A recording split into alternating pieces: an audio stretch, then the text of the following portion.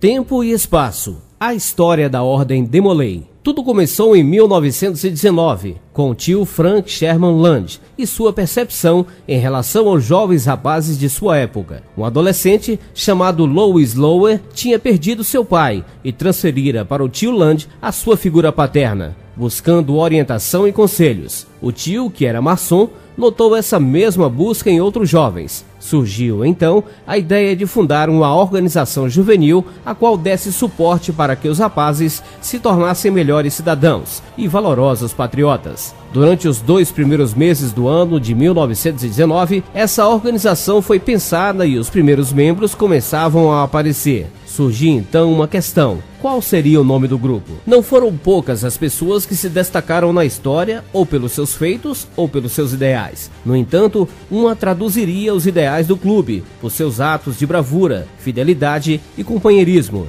Seria essa pessoa, então, o patrono da ordem, Jacques Demolay, o último grão-mestre dos Cavaleiros Templários. Ele morreu em 18 de março de 1314, como mártir da lealdade e da compreensão, por não relatar seus aliados nem se submeter às vontades ambiciosas de um rei francês, Felipe IV, o Belo, e de um Papa Clemente V, corrompidos pelos seus próprios poderes. Foi então, em 18 de março de 1919, que surgia oficialmente a Ordem Demolay, com os primeiros 33 irmãos Demolays. Seus trabalhos, como caráter filantrópico e suas atividades sadias, ganharam fama e em menos de 40 anos, a jovem sociedade tornou-se ativa em mais de 14 países. No Brasil, a ideia de implantar a Ordem Demolay nasceu, entretanto, 51 anos depois da sua formação, através do tio maçom Alberto Mansur, que soube da existência desse grande grupo pela leitura do The New Age, julho de 1969, comemorativo do cinquentenário da Ordem. Após crescer dentro da maçonaria, anunciou sua meta de instalar a ordem no Brasil, e foi em 1979 que o tio Mansur foi autorizado a fundar a Ordem Demolay no país. Dessa forma, em 16 de agosto de 1980, é fundado o primeiro capítulo Demolay brasileiro,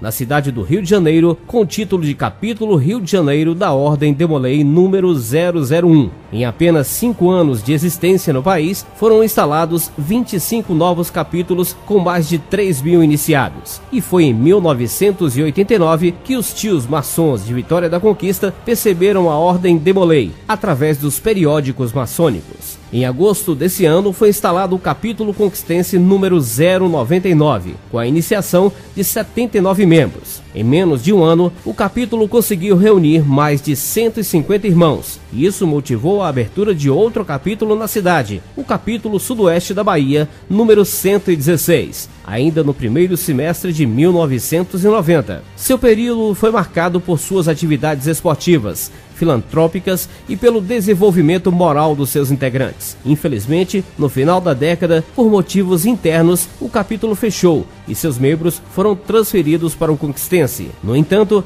a experiência de ter uma cidade como sede de 2 capítulos da Ordem Demolay deixou marcas profundas. Marcas que foram responsáveis pela instalação de um novo segundo capítulo na cidade, o capítulo Guardiões do Cruzeiro do Sul, número 772, na data de 9 de outubro de 2010, responsável por projetos educacionais e filantrópicos e surpreendem pela juventude do capítulo. São exemplos de projetos comuns realizados pela Ordem na cidade: o dia na creche realizado próximo do Dia das Crianças, a noite do Todd, o dia no albergue, o auxílio na arrecadação e distribuição de alimentos na campanha maçônica Natal Sem Fome, a arrecadação e distribuição de livros para escolas públicas e, recentemente, o capítulo Guardiões do Cruzeiro do Sul criou o projeto Aulão Solidário, na tentativa de auxiliar os jovens da rede pública de ensino com o vestibular da Universidade Estadual da Bahia. Esse último projeto tem tomado forma e está se expandindo tanto em número quanto em formatação. Em sua 4ª edição, será voltado ao Enem. Atualmente,